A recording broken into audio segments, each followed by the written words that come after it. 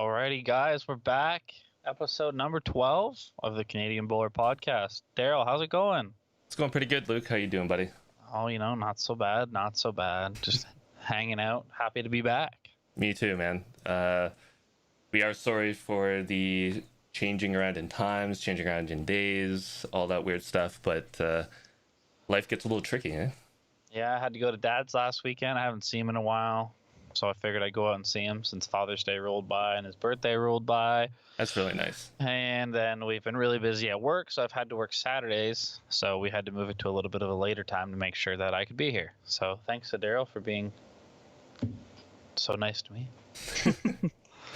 Well, like we always say, it's just the two of us doing this. No budget, no income, just for the joy of the sport. So we have to make some accommodations for life. What pays the bills. So. Before we get into it, just want to remind everybody again to like, share, subscribe, all the fun stuff that we preach every other week, and it really does help us out. We've been slowly climbing up the ranks of YouTube here with 367 subscribers as we start this show, and we're well on our way to that. We're well on our way to that 500 sub goal. So thanks a lot to all 367 of you. But I know there's lots of you out there that haven't hit that button yet. So don't forget, so you can watch all of the shows live when they happen, and you could be involved in the chat. So, Luke, we actually met face-to-face for the first time in forever. Right. Yeah, we did last weekend. We went out for a little lunch, a couple beers. It was a good time. It was nice to see somebody. It was, and that was actually my first time out on a patio in, it seems like forever. Right. Yeah, I've been out a couple times, but I haven't been to the Moose yet, so it's nice to get out there. My favorite restaurant in Kitchener, Waterloo area. Shout out Moose Winooski, sponsor the podcast. Thank you. I tell you, they have amazing wings. I really wanted the wings, but I was just afraid of getting messy and touching everything, so... Yeah, I was in the same boat. I had a 2-hour drive home, and I was a little worried I wasn't going to make it with no bathrooms being open, so I decided I might skip on that one. That's perfect, then. So today, guys, we don't have a guest. We did have one lined up, but due to some conflicts, it just wasn't going to happen. So we'll save that as a surprise for the next show. Happy to have them on. So look forward to speaking with them in a couple weeks. Yeah, and don't forget to tell us who you'd like to have on the show. We've had some suggestions, so we're going to pull those in and see if we can get some people on. But if there's people you want us to interview, if there's people you want to hear from, whether it's in Canada or outside of Canada, big or small, superstars or club people, just let us know in the comments and in emails, whatever it is. Yeah, absolutely, guys. We don't want to forget we're a pretty grassroots podcast, so having all the grassroots people on the podcast as much as we can would be awesome. I love talking to anybody in the sport, so any names you guys got, don't be afraid to throw them out there. Yeah. And as always, guys, during the show, don't forget to make a comment there so we can read it, ask some questions. Any advice you got, we'll answer it the best we can. Absolutely. Just reading the chat here, David Court, he's from Stratford, Ontario. He actually plays at the Stratford Club, and he does play at Heritage quite a bit, which is my club. And he says, thanks to Heritage for being so welcoming. I've been bowling there for a few weeks now. We, as a club, we have been open for a couple weeks. I know there's clubs that have been only open for maybe a week, or in some clubs may not even be open yet. It's actually really nice to be open, even though you have to register, go through all the process, waivers, and then you only get really an hour of time if you book it. It's tough, but it's nice to be out there. Yeah, I know my club reached out to me within the last couple of weeks. I don't know the exact date, and yeah, I thought about maybe signing up and going to roll a couple bowls, but like I said, I've been so busy, haven't been able to get around to any of that. But I do look forward to doing that here in the near future. Yeah, and that's the tough part that I miss is, when you have just a free moment or a little bit of time, or maybe you're even just driving by the club, you're not able to just sort of pop out and say, hey, I'll roll a few bowls. You have to book it. That was kind of my thing, because I don't necessarily have a problem with it, but I've never really wanted to commit to any of the leagues or jitneys that they have going on at my club. But just because I work so late, and I never know if I'm working in town or if I'm working 2 hours away. So I used to always just kind of pop in, drive by after work, and just go roll a couple bowls. And unfortunately, I can't do that right now, so it might be a little bit tougher trying to get out there. But hopefully sooner than later. No, but if there are those of you out there that are bowling or that have been bowling, or even some that haven't, let us know how it's going. How are you doing during this pandemic? How is the bowling going? Are you finding it difficult to play either by yourself or with your spouse or someone in your household? Just let us know. Yeah, and don't be afraid to share pictures on the Canadian Bowler Facebook page. We always love to see everything from you guys. So Absolutely. So Daryl, has there been anything really going on in the sport of bowls other than a little bit of the stuff going on in Australia that you've noticed, or? Yeah, it's mostly worldwide. It's not anything super local. I know most of our concentration has just been actually getting back open, not actually putting stuff on. So haven't seen too much. But one exciting thing that has happened and did happen recently is Canadian Bowler After Dark. Ooh, good transition. I like it. The Canadian Bowler After Dark. It's been a pretty good project of ours that I'm really happy that the idea randomly just popped into my head one day.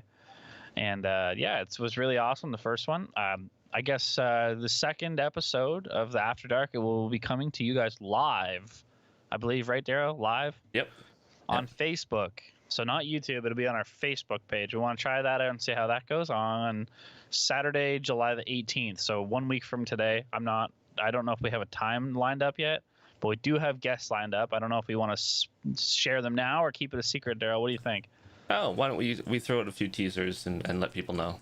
Alrighty, so I'll go with the first one. We have one returning guest this week. Kind of the idea of the show was to have a core group of guys, with some returning and some rotating and new guys from time to time. I shouldn't say guys, new people. So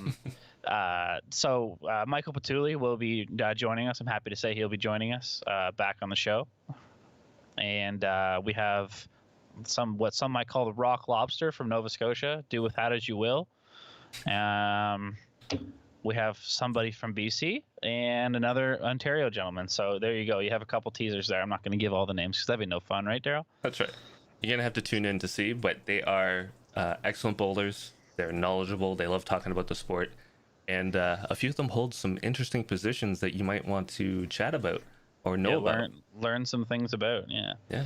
I just got a quick phone a friend text message here from my dad, Daryl. He's a little disappointed with us that we're wearing the wrong apparel today. And we did forget. Mine's still in my car. Sorry, Dad. My dad ended up making us some Canadian Bowler shirts for the podcast. Daryl's got his there, so we can at least show it off on the stream for you, Dad. Sorry we didn't wear those. Next time we'll make sure we have them on. But totally forgot. Yeah, so did I. Yeah, I'm hoping to get a few more things coming down the pipe for the Canadian Bowler.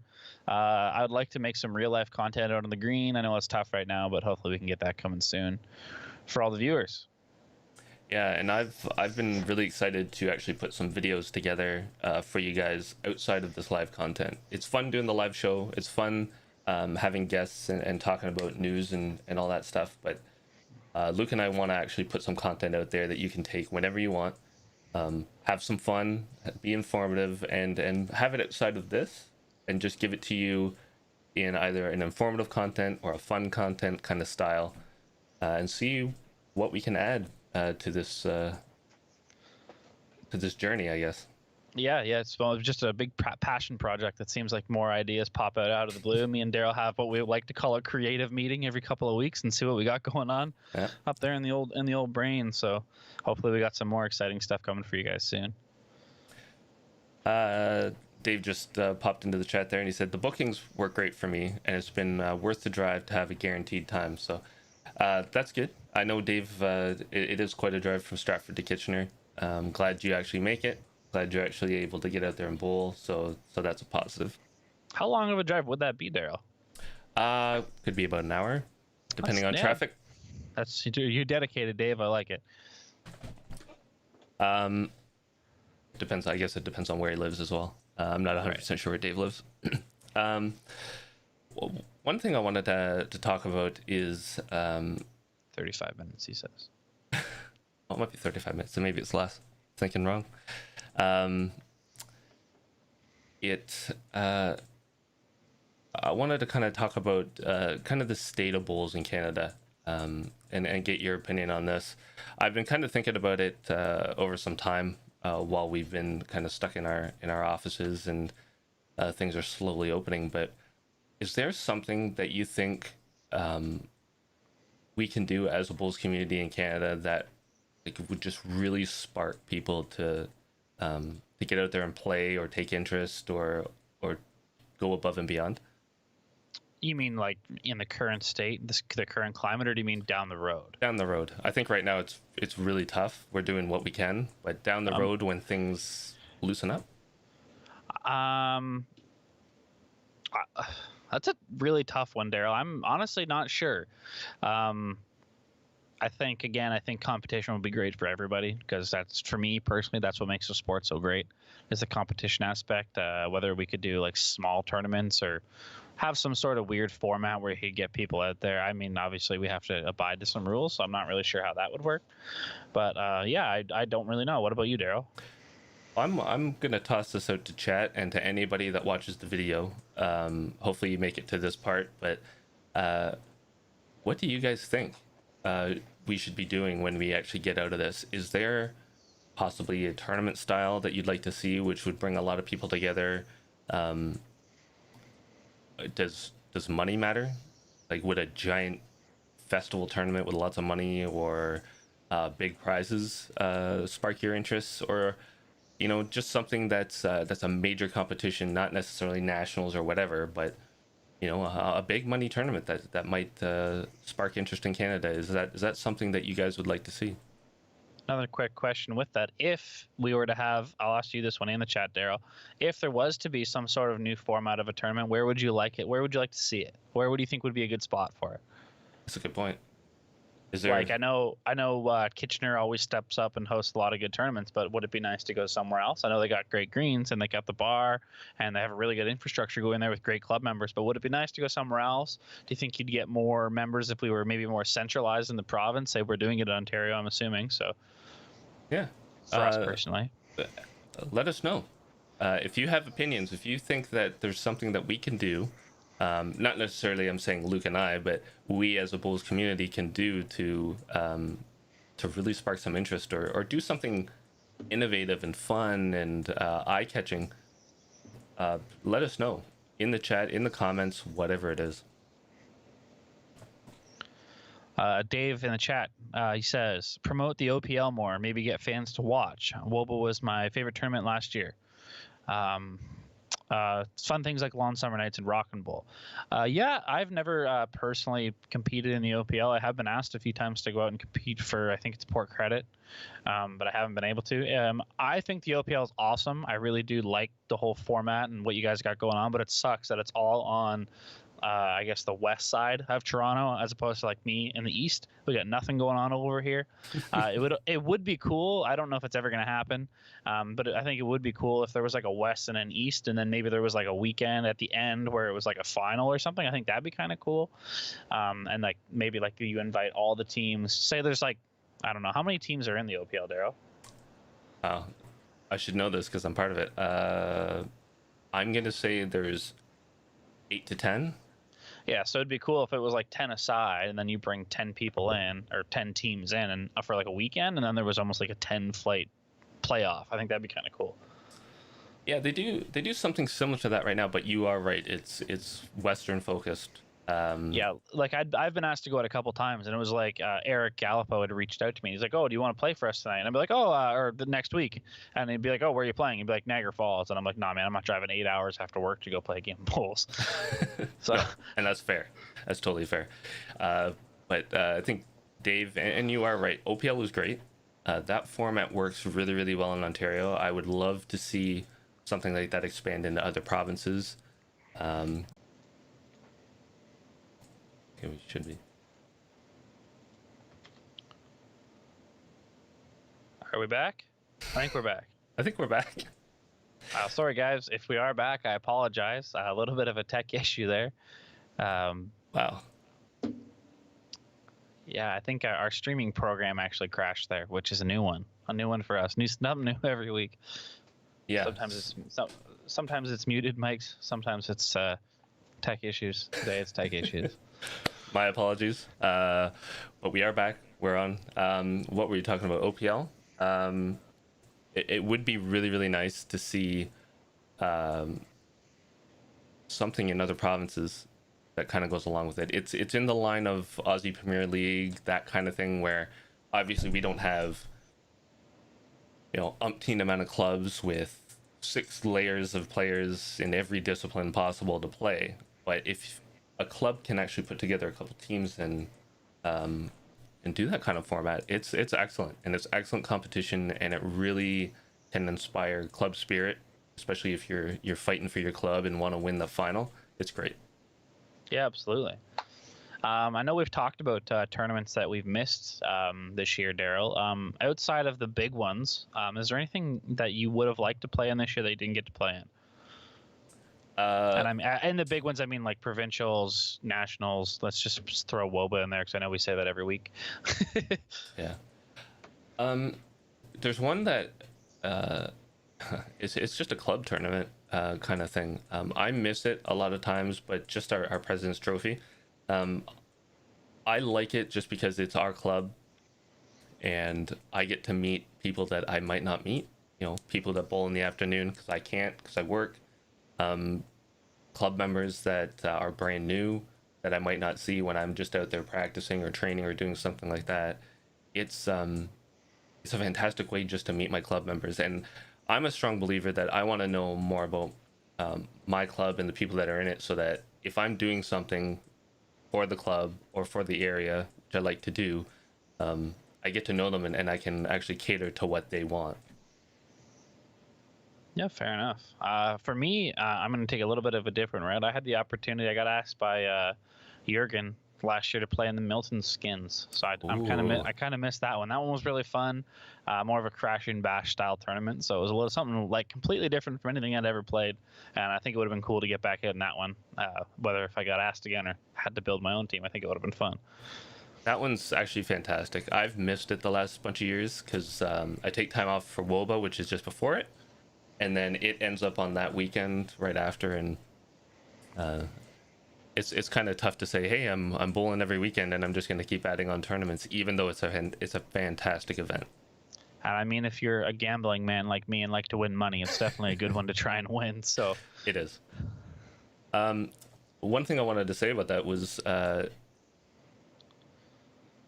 for those of you that don't know, and hopefully you can come next year, WOBA in Ontario, there's tournaments that go all week. So if you're wondering, hey, is there something I want to do across Canada? Is there something I want to do and you're out of province? That is a great time to come to Ontario and play some bowls, because at least you have a full week where you can get into some really major competition and make it worth your while. I've always been kind of blown away when I've talked to friends and people I've met over the years from all their provinces, and they're like, I'm like, oh, like, did you guys play in any tournaments this year? And they're like, oh, only our provincials. We don't have anything else. Or there's a couple big tournaments a year.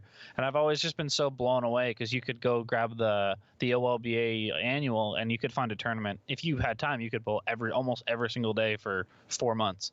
Pretty much. Which Yeah. I think it's wild how much different it kind of goes from province to province. I think BC's got a couple, and I know there's a couple in other places, but it's just crazy how stacked we are compared to everything else. It's very, very true.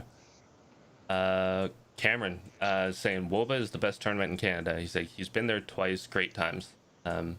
So there you go, everybody. I personally agree with Cam. I mean, it's a good atmosphere, great competition. It's relatively laid back. You can have lots of fun. The Kitchener Club, I mean, it's the only place I've ever played at. It puts on an absolutely amazing. They do a great job.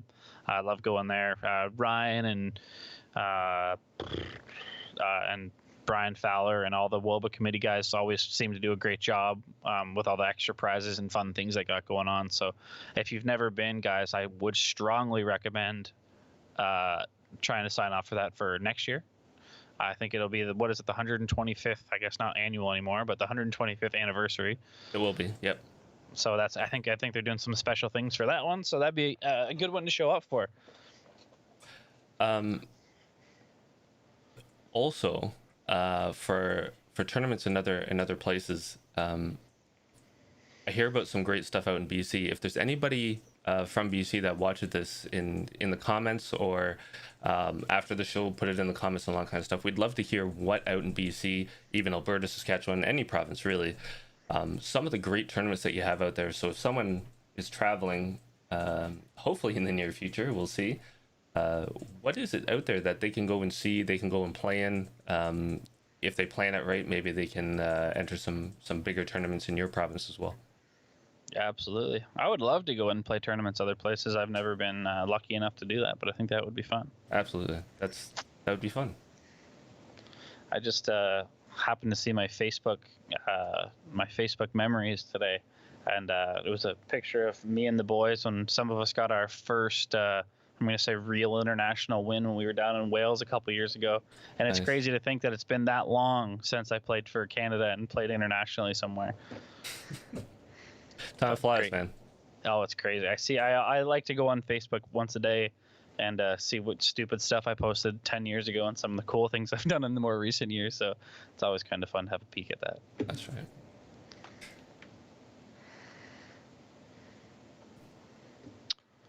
What are you thinking, Daryl? You look like you're cooking something up over there. Do we want to hop over to a quick coach's corner? Haven't done one in a absolutely. while. We haven't done one, and I know we get lots of good feedback on those. So let's scoot over into the coach's corner. So Daryl, it's all you. It's time, as Mr. Buffer would say. All right, everybody. It has been a while since I've done a coach's corner. I like to squeeze them in when I can.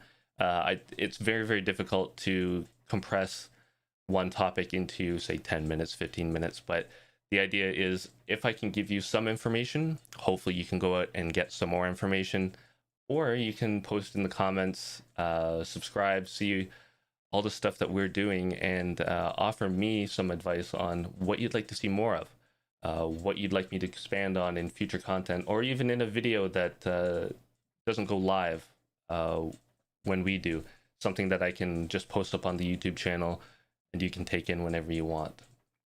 So for today's Coach's Corner, I wanted to talk about good, great, and elite.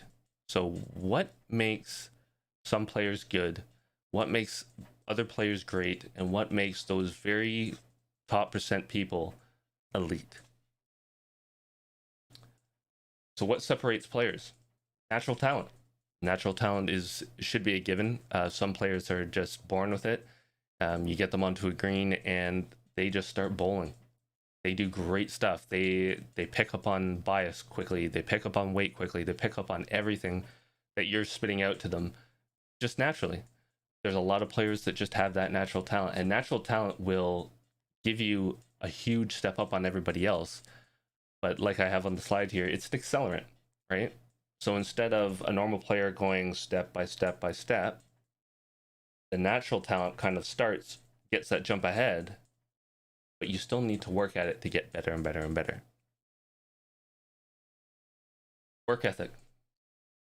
To be going from good to great and great to elite, you need work ethic. There's a big jump in work ethic between a good player and a great player, and then a great player and an elite player. Now, I can take some great players and see them do really, really well, even play internationally, even play at high-level tournaments and win. But I wouldn't necessarily say they're elite. The elite players are the ones that can play, and most of the time, they are going to win. They may lose. Everybody wins sometimes, everybody loses sometimes. That's not a big deal. The big deal is, can they do it consistently? So let's throw the best Canadian bowler out there, Ryan Bester. If I'm seeing him play in an event, a lot of people are going to say he has a great chance of winning. And that's because he can do it over and over and over again. He can get into the top 3. He can get into and win the top 1 over and over and over and over again. It doesn't mean that he wins the Australian Open once and they never hear from him again, or you win a Canadian title once or twice and you never see them in anything else again. Okay, that's a great player. It's not an elite player. So the work ethic, the drive to be successful, how hard are you willing to work on your game? Attention to detail.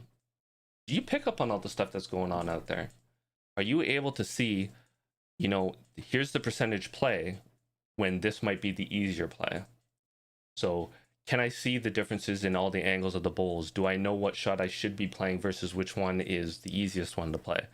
Because the easiest shot to play might not necessarily get you the results that you absolutely want, or the one that you need to win. Can you see the angles? Can you make the adjustments? Do you understand the green, whether it's tricky or good?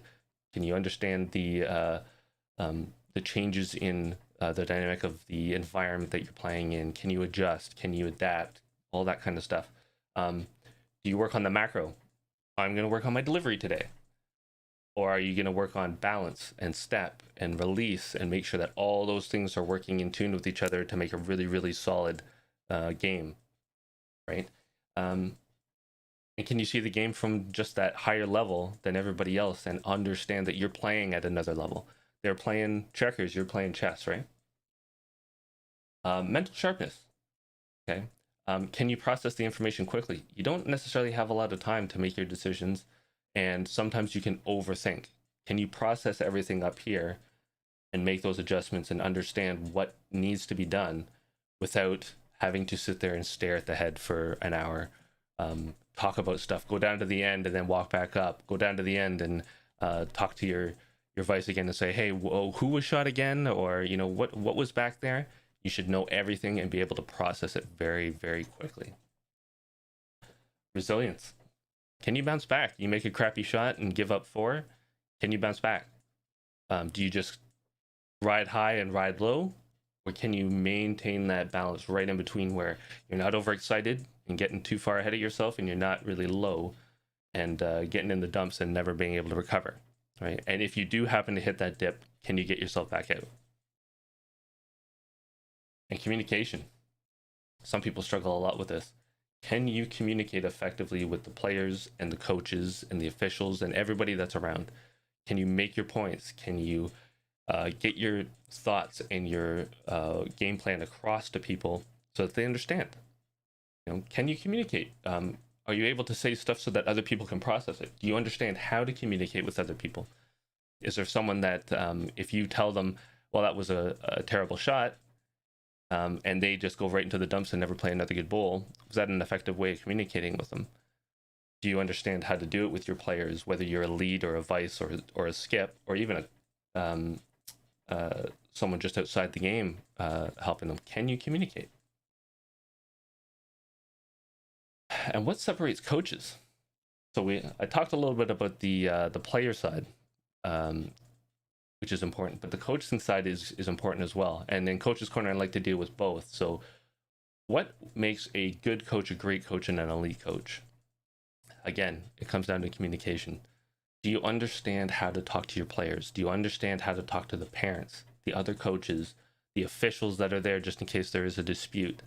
Can you get your point across without getting emotionally involved into it and throwing your emotions just all over the place?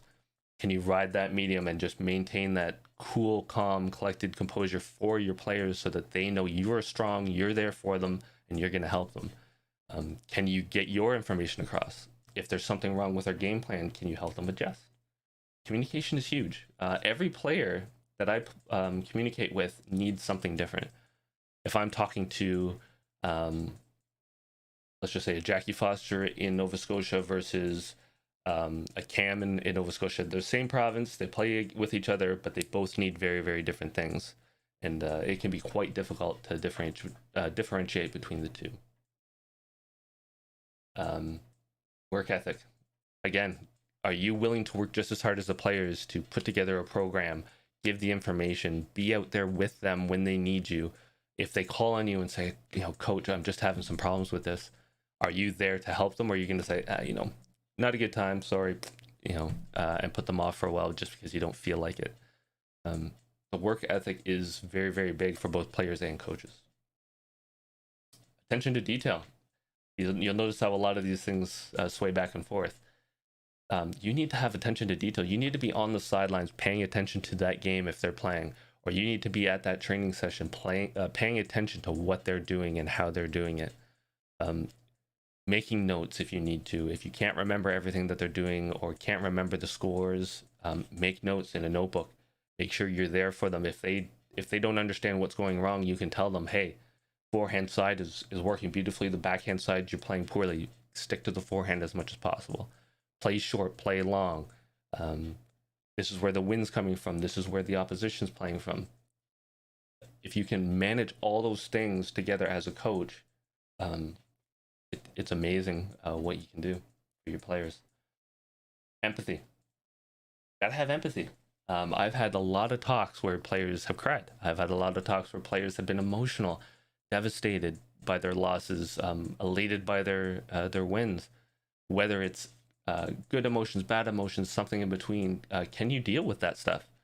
Are you able to deal with other people's emotions? And if they get really out of hand, whether it's anger or sadness or disappointment or whatever it is, do you have the tools and ability to help them get themselves out of that state and back to where they need to be? Very, very, very difficult skill to have as a coach or as anybody. It's an amazing skill to have, and once you master it, is beautiful. And again, resilience. You know, you can be berated by players, by officials, by parents, by spectators that are there. You can hear how your coaching was crap, how your coaching was not good. You did the wrong thing. You told them the wrong thing. You make mistakes as a coach. I've told players shots that I thought that they should play based on their feedback on what they thought. It was probably not the right idea. It takes some getting used to and some training and some understanding about it. But can you be resilient and say, you know what, I made a mistake, I'll learn from it, and I will continue to move on. So there's levels of players. There's good players, you know, practice without no real, and I'm breaking this up into generalizations. It's not very true because you do progress, and players that have that elite mindset can progress from good to great to elite and do that kind of thing. You can also regress if you slip on some of these things. So good players practice with no real plan, spend more time in games than training. You're just playing, you're not training. You're gonna just be as good as you'll ever be, natural talent maybe, and that's as good as you'll ever be. You focus on the wins rather than overall improvement. Hey, I got 3 wins in a row. Does that really matter in the grand scheme of things? What's your long-term goal? What are you reaching for? Do you have to have a record of 10 wins in a row, or does the championship mean more? No process to follow. Maybe they don't have a coach, usually don't get coaching, don't care about coaching. Who knows? Great players, you know, practice with a purpose. They have training plans. They're trying to develop those skills. Some have natural talent that they're just building on, and put some spelling in there on my slide there, but they're looking for a coach to help them grow. They might not have one, but they may try to find one, try to get one that helps them. They might not have the right coach for them right now, but maybe they can change that. And elite players, they've been coached, they've been mentored, they have training plans, they've been through it.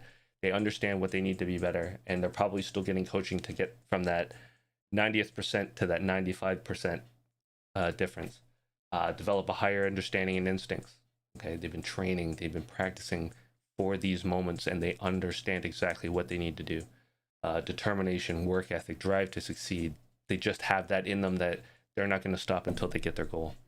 And experience helps. It's not a 100% determining factor, but it helps a lot. It helps a lot. So you want to get better. Seek a coach. Find a coach that suits your needs. Maybe it's not the first coach that you find, but maybe it's coaches down the road. Develop yearly training competition plans to help try and improve. Okay, plan out ahead. What are you going to play? How are you going to get better? Don't settle for good enough. Okay, hey, I won a few things. I think that's good enough. Don't settle. Keep pushing. You can always get better. 1% can be the difference between winning and losing.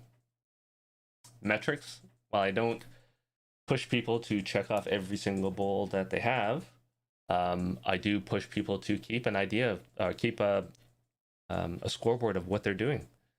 Do you know how good you drive? Do you know how good you draw? Do you know if your forehand is better than your backhand? If one shot may look good on the green, but if you know that you don't throw that shot very well, does that drop the percentage of it actually being made? Do you know that? Metrics can help. It can help you in training. It can help you develop. It can help you understand your game at a higher level.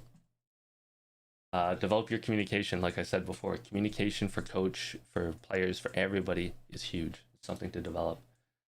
And don't slack on your fitness. Okay, if you're out there and you want to be an elite, you could be out there playing for a week, 3 games a day. Who knows? It takes a toll on your body. You need to be fit to do that.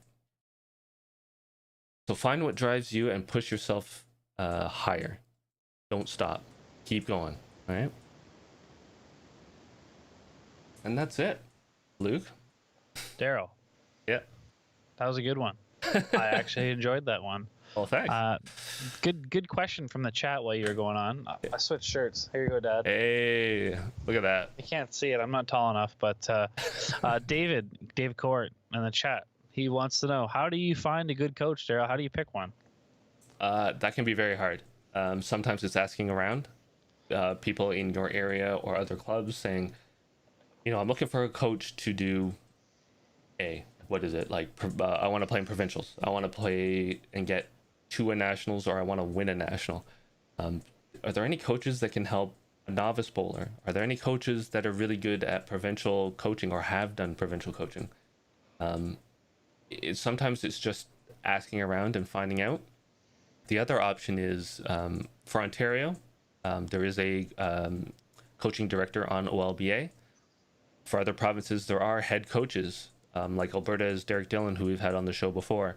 They can help you as well, because they might know or have a list of coaches in your area, and they might be able to say, hey, this coach has done this before. Maybe you want to talk to them.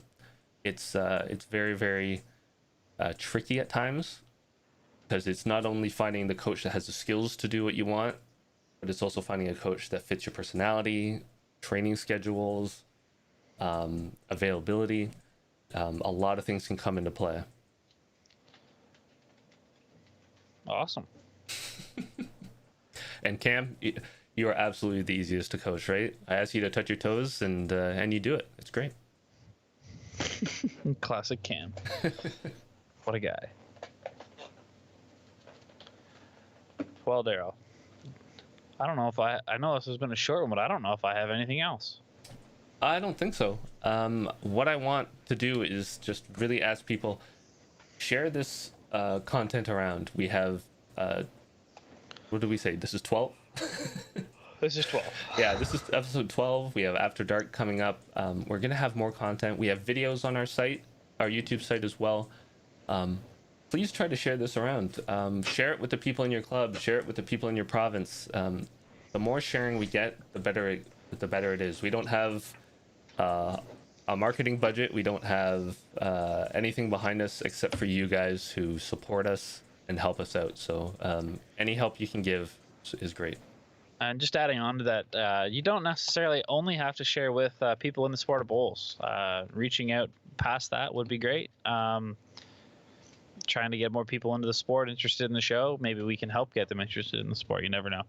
Don't be afraid to share things around. We appreciate it all. And for those of you that are interested, the After Dark is next weekend. A time will go on when we actually have it. We will put it on our Facebook, our Twitter, and our Instagram, depending on which one you follow, or if you follow all of them, great. We might try to leak some guests to keep you interested. And as always, we appreciate your support. We appreciate you guys coming back episode after episode. It's fantastic. Yeah, thanks a lot, guys. We do appreciate it. I guess that's it for this week. Everybody who's watching them, enjoy the great UFC card that we got going on today in Abu Dhabi. Should be a good one, right, Daryl? It should be. I'm a huge MMA fan, and I'm really excited to see this one go. It should be kicking off at about... prelims are now. 7 o'clock will be some more interesting fights, so... If anyone's interested in that, make sure you give that a go, I guess. I guess until next time, guys, we'll speak to you next week with the After Dark session live on Facebook. Don't forget that, not on the YouTube channel, on Facebook. I think we're going to set up a couple watch parties and maybe get something going so we can share it out there as best as possible. But we look forward to it, guys. Thanks again. And until next time, guys, I hope all your shots are touchers.